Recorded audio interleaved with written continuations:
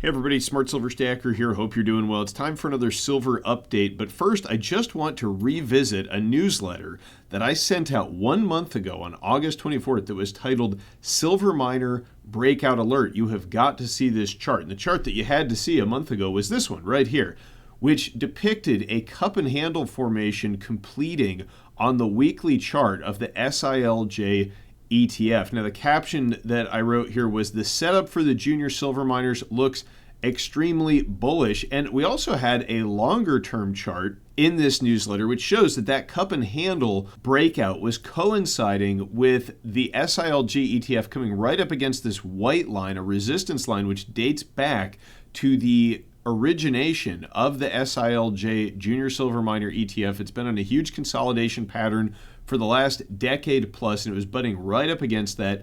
The caption was, a break above resistance could result in a scorching rally. Now, 1 month later, today is September 23rd. This is the updated chart, and the SILJ index has appreciated by more than 26% since that breakout alert went out just under 1 month ago. So if you want to get newsletters like that one that went out a month ago that might alert you to potential breakouts in the price of silver and in the price of silver derivatives like the SILJ Junior Silver Miner ETF, make sure you sign up for the free e-newsletter with the link down in the description. Now we're going to get into what silver is doing now and what we can anticipate from the miners and from the price of the metal itself moving forward. Buy your gold and silver at SD Bullion. Right now, new customers get gold or silver at spot by visiting sdbullion.com/new. All right, so let's take a look at the chart of the silver price itself. This is the 4-hour chart, and earlier today, the silver price traded as high as $44.46. So we've officially taken out the $44 level. However, we've had a bit of a pullback from those highs, and I've got to say that the silver price at $44.46 was looking rather toppy. Now, this video I'm recording at night, but I did put this post out on X around 3 o'clock, so about an hour before the markets closed, said silver feels toppy today after 2 strong sessions closing near the highs. Momentum looks stretched and today's action is softer. Long-term fundamentals remain powerful. I still see a path to $50 an ounce by year end, but silver is a small market that moves fast both ways. Any sharp pullback would be a welcome buying opportunity. Not financial advice. And of course, neither is this video. Nothing in this channel ever is financial advice, just me sharing with you my analysis and my thoughts on the markets. I do suspect that we have hit a short-term top at 44.46. I'm anticipating a short-term pullback here. I mean, the silver price has been on such a rip. By most of the indicators, it had gotten rather overbought. Now, I understand that in a bull market like we are in, the silver price on any of the oscillator metrics, the RSI, etc., can remain overbought for some time, but it has been on a real rip. And the thing about silver also is that while it can remain overbought in a bull market, as fast as it can go up in a bull market, it can come down even faster. So I did pull some paper profits on paper positions in silver. You know me, I have never sold a single ounce of physical metal, but I do think that considering how rapidly some of these assets have gone up, like in the case of the SILJ ETF, 26% in 1 month, maybe we're in for a little bit of a pullback. I don't know. Leave me a comment down below to let me know what you think, but that is what it looks like from my perspective. So again, I did take some profits, but I'm not suggesting anybody do that. I'm just telling you what I'm doing.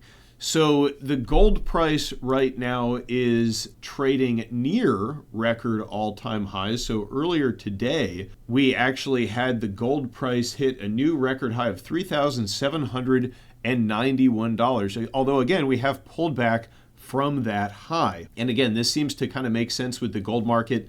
Typically, those $100 increments where we're at now in gold seem to be levels of important psychological resistance. So you'll notice that we didn't quite crack 3,800. Now the market is reacting back. Perhaps we will retest this trend line that you see right here, which the gold price has broken out of sort of this consolidation. We pointed that out in a previous video. Maybe we'll get a slight correction, a retest. Maybe we'll even drop back into that range.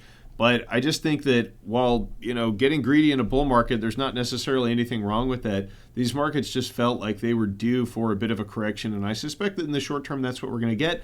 And I'll be using that as an opportunity to accumulate more metal, buy back into some of the paper derivatives of the metals on any dip, because the overall picture remains incredibly bullish. So yesterday we had the new Fed governor, Stephen Barron, Trump's appointee, the guy who is a economic advisor, the chief economic advisor to the Trump administration, although he's taken a leave of absence from that position in order to serve out the remaining term of this governor position, which was vacated. Well, he gave a speech yesterday, his first major speech. He is calling for significantly lower rates. He thinks the federal funds rate should be around 2.5%, according to this recent speech, which is significantly lower than it is at the moment. It would require several cuts. And I want you to pay attention to this quote from him. He said, "I view policy as very restrictive. I believe it poses material risk to the Fed's employment mandate and would like to explain why." And what this sounds like to me is that Stephen Barron and the Trump administration, what they may be aiming to do here is to set up the Federal Reserve as a potential scapegoat in the event that we see a significant weakening in the labor market. If we head into a recession, Trump has been calling for Powell to cut since the inception of his presidency. It's been this battle. There's been a lot of name calling. He's calling Powell too late Powell. He's calling him a moron. Now you've got Stephen Barron in there saying that the Fed's reluctance to cut is endangering the employment mandate. What this means is that when we get a recession, the Fed is going to be to blame. And if the problem, according to this narrative, was that restrictive rates potentially put us into a recession and endangered the labor market, what's the solution going to be? Well, it's going to be a lot of easy money. It's going to be a lot of not restrictive policy, and that's going to mean a lot of upward pressure on the price of the precious metals and downward pressure on the value of the dollar. So I'm still stacking. I'm still very bullish long-term on the metals. Another aspect of the gold market that we've touched on before that I wanted to update all of you about is the Goldback lease program over at UPMA.org. That's the United Precious Metals Association. And this is a program where they actually offer free storage of gold denominated in goldbacks. But not only that, you can lease the goldbacks out and collect interest. Well, this was an update from June, and this recently came to my attention when I began adding to my Goldback lease positions. It's that the interest rates on the Goldback leases has changed. According to this press release, thanks to strong participation and continued growth, the Goldback lease program is quickly approaching its funding goal. We are now entering the final stage of availability with limited space remaining for new leases. So if you are interested in the Goldback lease program, it may not be around for much longer, although I can say I did just put some Goldbacks into a lease. So the program does appear to still be working for the time being. So if that's something you've been thinking about or something you might be interested in, it might be going away soon. So make sure you check that out at upma.org. Here's another story which indicates to me that there is still a lot of money on the sidelines that's going to be coming into the precious metals markets. This is from September 17th.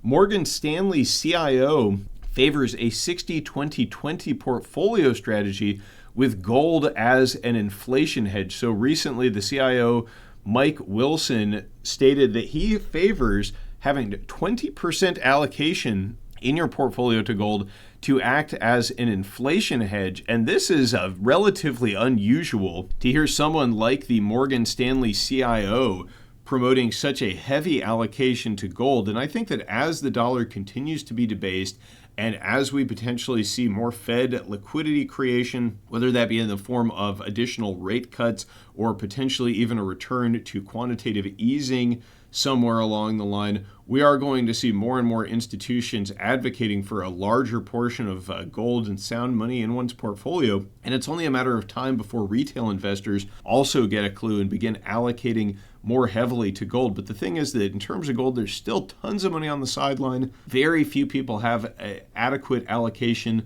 to the metals. And when it comes to silver, it's even less so. And when it comes to physical bullion, the kind you can hold in your hand, it is even more remote. So few investors in the US and around the world hold physical, tangible metals with no counterparty risk that when they do become interested, there simply won't be enough seats at the table, right? So that's why you want to get yours now. At least that's what I think. But let me know what you think in the comments down below. Are we about to see a pullback in the precious metals? If so, are you going to be stacking? No, I probably will, but leave me a comment down below to let me know what you think. Thanks for watching, everybody. Don't forget to like, comment, and subscribe, and I will catch you next time. Smart Silver Stacker, out.